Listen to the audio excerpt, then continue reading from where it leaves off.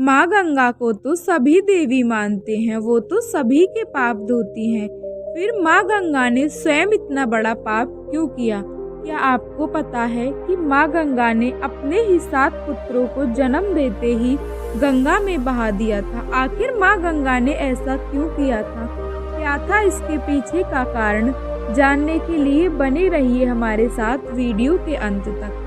राधे राधे भक्तों, स्वागत है आप सभी का कृष्णा लाडली के चैनल पर। आशा करती हूँ आप सभी पर प्रभु की असीम कृपा होगी। और माँ गंगा ने अपने 7 पुत्रों को नदी में बहाकर कोई पाप नहीं किया था, बल्कि इसके पीछे एक श्राप की कथा थी।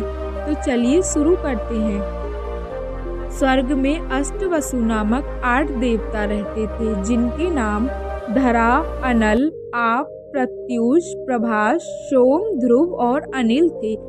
एक दिन वसु पत्नी ने ऋषि वशिष्ठ की दिव्य गाय कामधेनु को देखने की इच्छा की।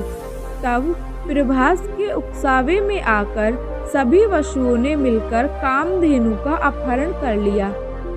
जब इस बात का पता ऋषि वशिष्ठ को चला तो वे क्रोधित हो उठे और उन्होंने क्रोध में आकर वसुओं को श्राप दे दिया कि तुमने देव होकर भी अधर्म किया है, इसलिए तुम सभी को मानव योनि में जन्म लेना होगा।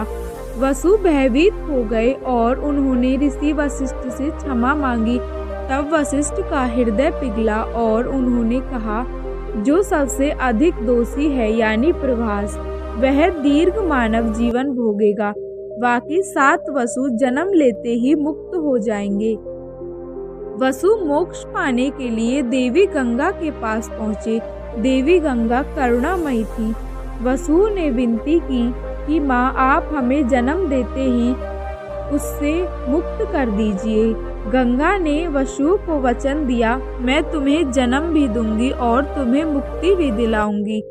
उस समय धरती पर हस्तिनापुर के राजा शांतनु राज्य करते थे। एक दिन वे गंगा तट पर पहुँचे। वहाँ उन्होंने अद्भुत सौंदर्य वाली स्त्री को देखा। वह स्वयं देवी गंगा थी। दोनों को एक दूसरे से प्रेम हो गया और राजा शांतनु ने देवी गंगा से विवाह के लिए कहा।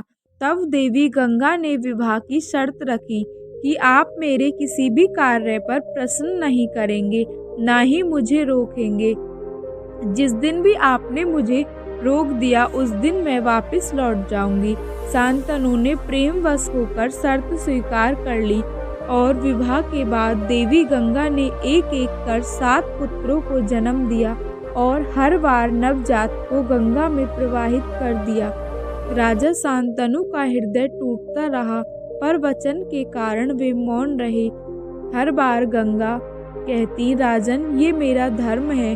और जब देवी गंगा ने 8वें पुत्र को जन्म दिया तो वे उसे भी नदी में ले जाने लगी। अब शांतनु स्वयं को रोक न सके। उन्होंने कहा, तुम माँ हो या राक्षसी जो अपने ही पुत्रों को जन्म देते ही गंगा में बहा देती हो? मैं अब यह नहीं देख सकता। गंगा रुक गई और गंगा ने राजा शांतनु से कहा, राजन, आपने अपना वचन तोड़ा है, अब मैं लौट जाऊंगी। और फिर देवी गंगा ने राजा शांतनु को पूरी कथा सुनाई कि 7 पुत्र अष्टवसु थे। उन्हें श्राप से मुक्त करने के लिए मैंने उन्हें गंगा में प्रवाहित किया और 8वां पुत्र यह प्रभास वसु है, जिसे पृथ्वी पर रहकर महान उद्देश्य निभाना होगा। गंगा 8वें पुत्र को साथ ले गई और वहां उसने वेद, शास्त्र, अस्त्र शस्त्र, नीति, धर्म और युद्ध कला सबका ज्ञान दिया। कुछ वर्षों बाद गंगा ने उसे शांतनु को सौंप दिया। उसका नाम था देवव्रत। आगे चलकर वही देवव्रत अपने भयानक त्याग के कारण भीष्म पितामह कहलाए। अगर आपको माँ गंगा की यह कथा पसंद आई हो तो वीडियो को लाइक करें और कमेंट में जय माँ गंगे अवश्य लिखें। और हाँ दोस्तों, आप हमें कमेंट में ये ज़रूर बताएं कि आपको कैसी पौराणिक कथा पसंद है और आगे हम किस देवी या देवता के विषय में आपको पौराणिक कथा बताएं। राधे राधे।